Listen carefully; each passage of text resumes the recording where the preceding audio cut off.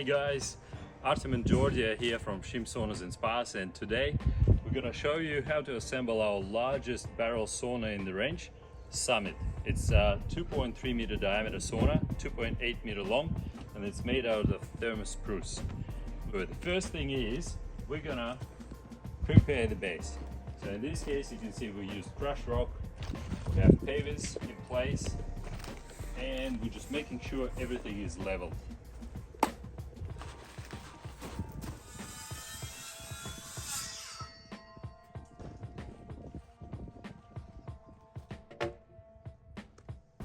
Alright, with Summit we want to have the wall just outside of the cradle support on the front, and the same on the back. So once we arrange the bottom stave approximately where it should be, then further to help us leveling the whole assembly, we want to secure the side staves to the cradles, and then that will make the cradle support base stable, and we'll be able to level it out and double check. So let's secure those.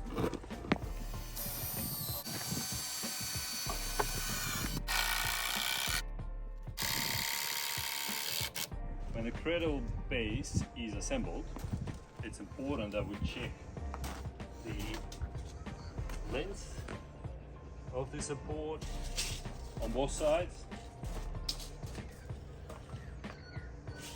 We also check diagonals to make sure that it is square.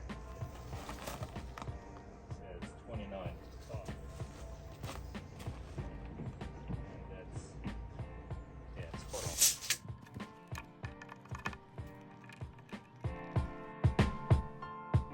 on. So at this step we need to measure the distance to the center of the bottom stave from each side, and we need to make sure that this distance is the same. Make sure that the wall will be sitting just outside of the cradle support, and we can pre-drill and secure the bottom stave.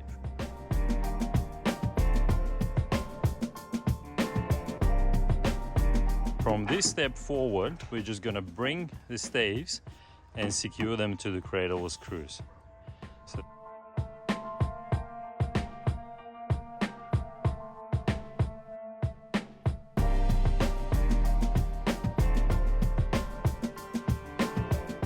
bottom section is assembled, it's good time to make sure again we are in a good distances in relation to different sort of reference points. We measure the distances and we check the level.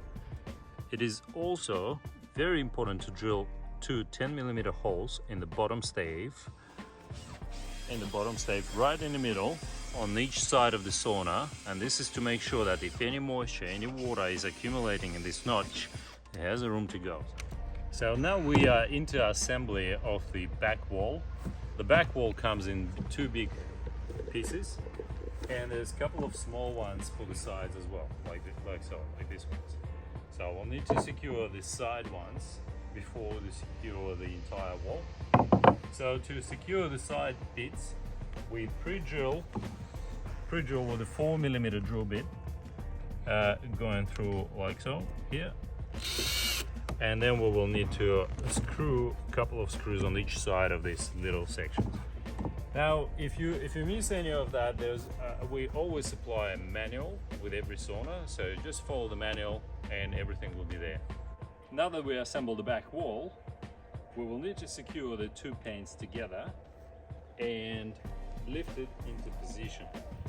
Once it's in the position, because this is the back side of the wall, it's not going to be the interior, this is going to be the exterior.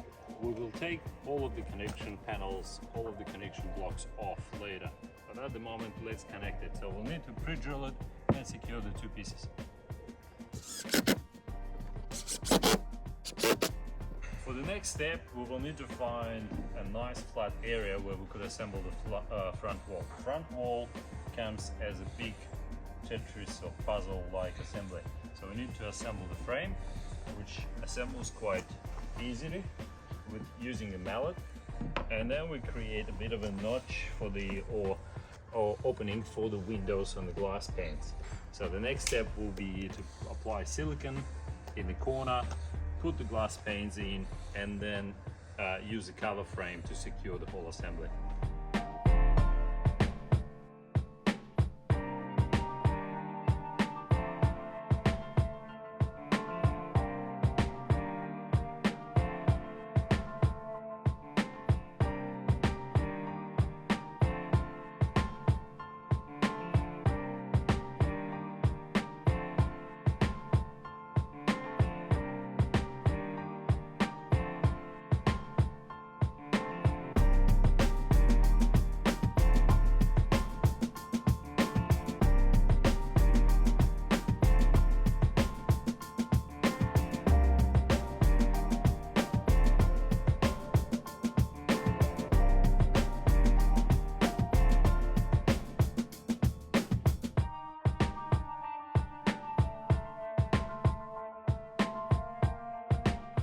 Once we put the glass panes in, we made sure that we have enough silicone in the gap, in that 2 to 3 millimeter gap between the frame and the glass, and just filled it nicely with the silicone all around each glass pane. Then we assemble this cover frame outside and then put it over the top. When you put it over the top, just make sure that you have a good clearance here for the door opening, and then on the edge we have about 22-23 millimeter clearance for the notch of the sauna. So this is the front wall, it will go in the notch of the barrel sauna, so we need to make sure this is accurate all around it. And now we are using correct screws, which are, I believe, 40 millimeter, and we're just applying them to secure this cover frame to the main frame. And we need to be mindful that there's a glass, we want to stay clear of it, so we need to probably go about 15 mil off the outer edge of the cover frame and use 3 of them for every section.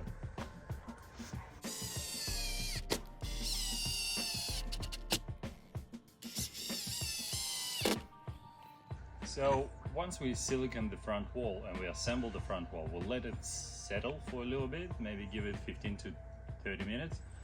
While it's drying and settling, we will put the back wall in a position. So the main thing is be careful when you're handling both of the walls, and once they're in a position, we just need to check that they are level, they sit right, and we secure them with a couple of screws from each end underneath.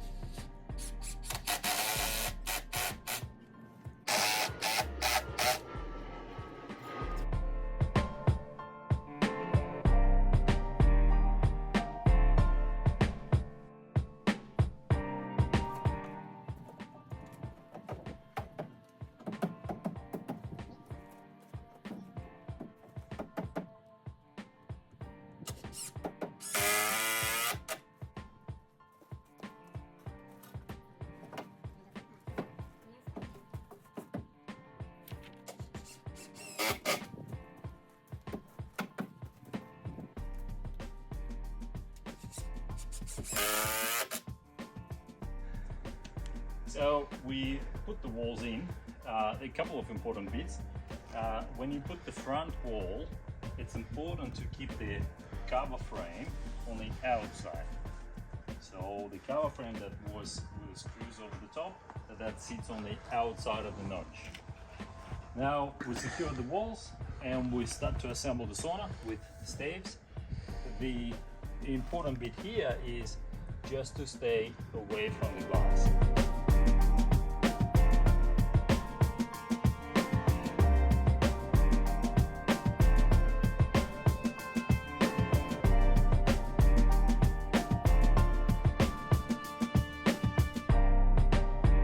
So at this stage, we put all staves onto our walls, and the trickiest bit was at the top. It was important to fit 2 joining half staves in. To get them in, we had to push these staves out somewhat to create that space. And now it's not perfectly straight, but that's fine, because once we get the straps onto the sauna and we start tightening, we'll remove all of the screws that we temporarily put in the staves here. We'll remove these screws, and once these screws are out, we'll be able to tighten all of the sauna with these straps, and everything will fit in nice and tight.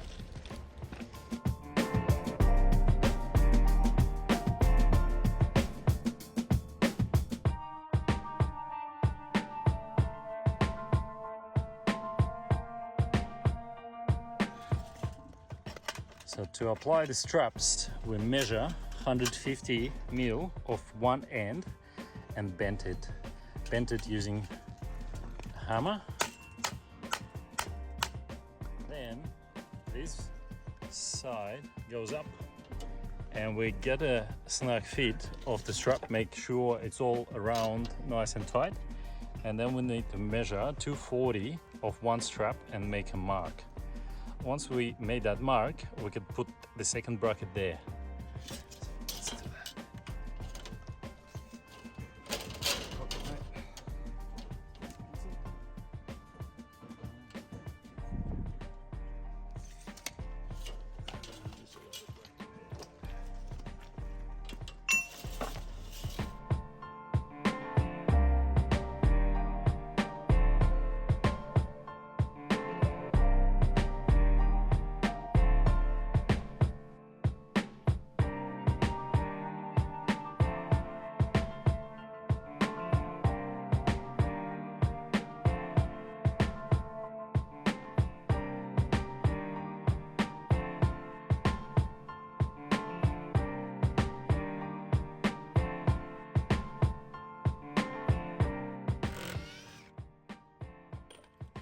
So we got all of the screws out, and now it's the time to tighten these straps. We're going to be tightening each of the three and tapping onto the stays to make sure they get into their position.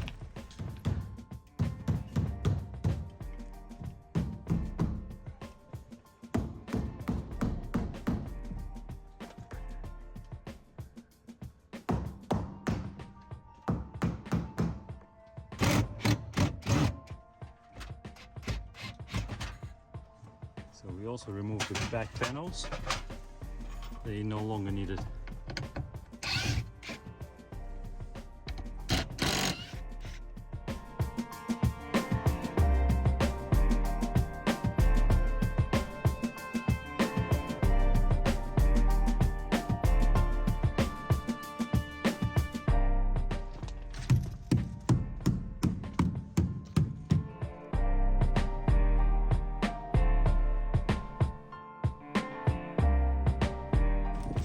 Next step is we're gonna put the grills on the ventilation openings. We have two ventilation openings on the back wall, top and the bottom. So we have three grills. The three grills will go two on the outside and one on the inside at the bottom. At the top though, there will be a valve. It's a timber finish cover, which is just on the bench over there. But you can spin it and adjust how much air intake you want, how much ventilation you want to have, how much air circulation you want to have. So that one goes on top on the inside.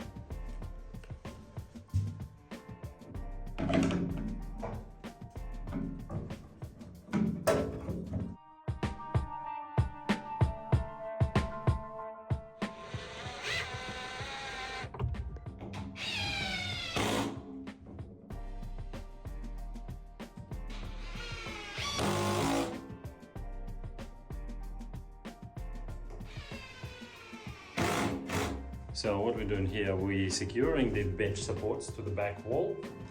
And the idea is that this distance from the floor, from the middle stave, should be 790. Let's do one. And the benches obviously will have to be level, so we're using the level here. So our next step, guys, we're working on the benches. The bench is quite sturdy and nice, and there's two split level benches. So this is the top bench, and there will be another one, which is the bottom bench, the shorter one. Now to get them upright, we start with the back support blocks, which are sitting under the bench, and we secure them to the back wall. We secure them to the back wall at 790, but this is sort of draft securing. We may need to adjust it. The next step after that, we find two support blocks for the front of the bench, and they go right on the inside. They go on the inside. We secure them to the bench and to the floor. Make sure to pre-drill before.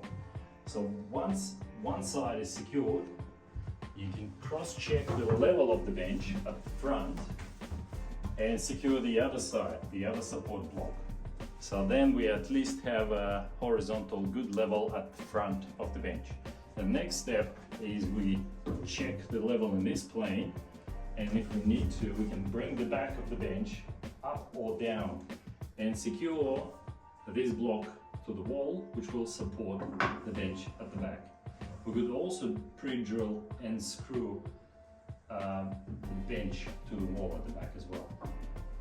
Now, after that, we may need to readjust the back support, the supports we put preliminary. We can readjust them, unscrewing and making sure that this side of the bench is in level as well. So once the bench is installed with all the support blocks as I've shown, we actually have to remove the back support block off, and we will need to relocate it closer because the bottom bench, the lower bench, is actually shorter. So the way to do it is we're measuring we have to pre-install the support blocks on the bottom bench, and we measure the distance between them, and that's the distance to which we install this support block at the back. This is a lower bench installed, so we put it down to 400 millimeters off the bottom of the top bench to the bottom of the bottom bench. So that's a 400 millimeter mark. We secured it from the back and secured it from the back here and secured it from the front here. And that's quite sturdy. Just to make sure, we'll put a couple of 90mm screws into here as well. And this is it. Both benches are now complete. And the lower benches are a little bit shorter, allowing the space for the heater on the back. And they're quite sturdy with those support blocks underneath. After we're done with the benches, we will proceed with the floor. We have two floorboards, one for under the heater area with this cement sheeting, and then another one at the front. And there's about 10mm gaps between each of the floorboard walls and between themselves. So it's 10mm board, 10mm board, 10mm at the front. When the floorboards are done, we need to secure the cement sheet to the back of the back wall, and this is to protect the back wall from the heat from the heater.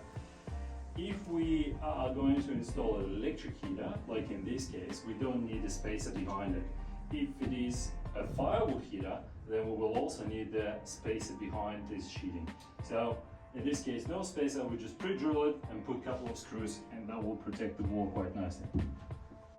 Now that we move to the front, we are assembling the outside on the porch benches. They're small benches. Each of them will have two supports, and we secure them to the inside of the bench. The next step is we flip them, put them in position, make sure they're level,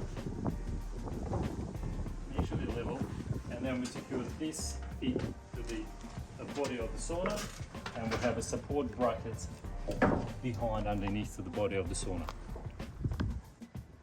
With the skirting boards, it's the same as with any other barrel sauna. We need to obviously count how many skirting boards we have.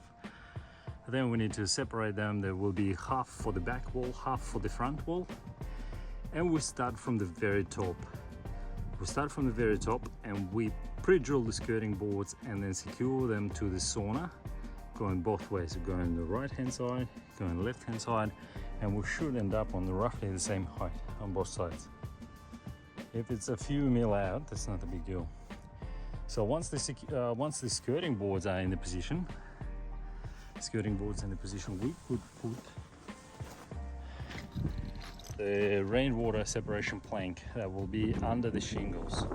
So this just goes from one end to the other end, and just make sure that it's sort of leveled and straight following one of the staves. Once we got it to this side, we can now proceed with the skirting boards from this end and just going all the way around the sauna and ending up on the other side. And then we'll have roughly the same at the front and at the back, and joining this rainwater separation corner or plank that will be under the shingles on that side as well, from the front with the back. So with the door, just a little update while we were working in the background. Again, the support block on the inside of the sauna went under the frame of the door. We had to lift it up 4 mil and created that little gap underneath because we wanted to keep this gap and the gap at the top to be roughly the same, 4 mil. So then when the door was resting, we checked and it was leveled here, and then we check in this side, and as long as this side, which is this side with the hinges, is level, we want to secure it. So we'll hold it in place, and while we hold it in place, we'll put the bigger block, if you could come inside, Jordy, just show this block here. So we put this block on the inside and we secure it to the frame, to the wall, to the front wall with the 4 screws, and just try to stay clear of the glass again.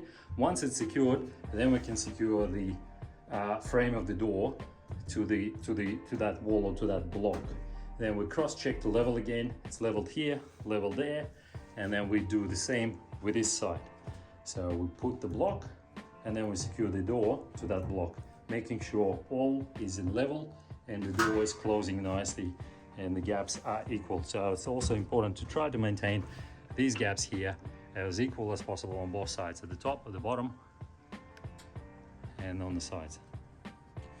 Now this gap will be covered with skirting boards. Hey guys, so we're back again. This is a different day.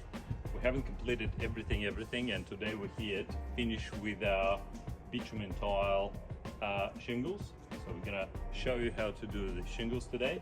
So far we've assembled the barrel, we've installed the benches inside, we've installed the benches on the outside, and we've also done the door, and all that's left is the bitumen shingles. The heater has been connected in our absence. It hasn't been installed yet completely, but it's just sitting there. Yes, but today we're just gonna show you how to do the shingles. And now there are different ways of laying them down, and we have shown you how to do it in separate videos. So we're not gonna put emphasis on detail today. We're just gonna go ahead and do the tiles, do the shingles. We'll film the process so you get an idea on how we did this particular one, and that will be it. So thanks again, let's get into it.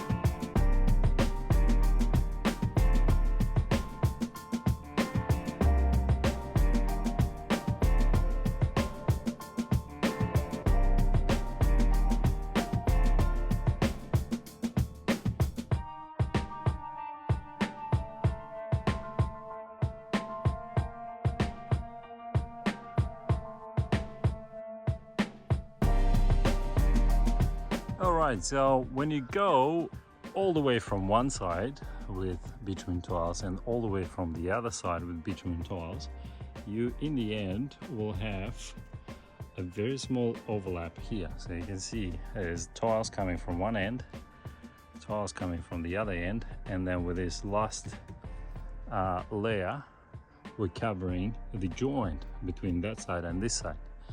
Now each summit sauna will come with this type of tiles, which will then need to be used to cover, to join and cover any other exposed joint. So you basically put it over the top like so, and that will cover that joint and these joints, and that will make sure there is no leaks and it's all nice and sealed. So when we lay in these ones, we need to also lay them overlapping each other about 10 mil. So we'll start with the first one here, like so.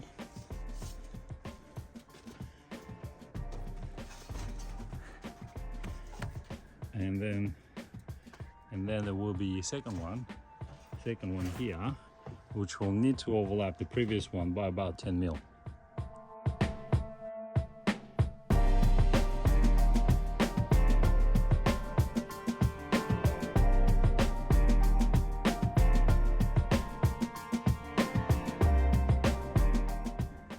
So inside, we also didn't show you how we did the backrests. So there's two backrests.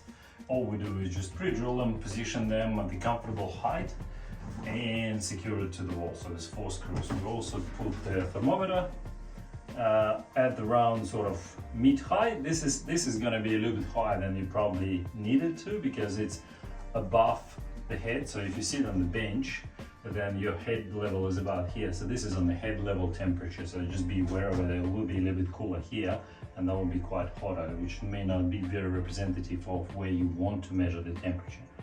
And we'll put the sand clock here as well. The sand clock, which you can turn. So we're trying to keep this area free. If someone wants to lean back here. So it's a little bit offset, but we don't want to install anything above the heater directly either. And this is it, guys. So the Summit, which is the largest barrel sauna we have in the range, is assembled. This one, once again, 2.3 meter diameter, and it's a 2.8 meter long. So it's quite spacious. You can see, solid. I am 176 centimeters, so it's quite comfortable, and you can probably fit at least 6 people easy here. You can lay down, and there's lots of space on both sides. Yeah, 176. This is it. Well, thanks again for tuning in, guys, and hope you found it useful. If you have any questions, send us an email, give us a call. We'll be happy to help. See you next time.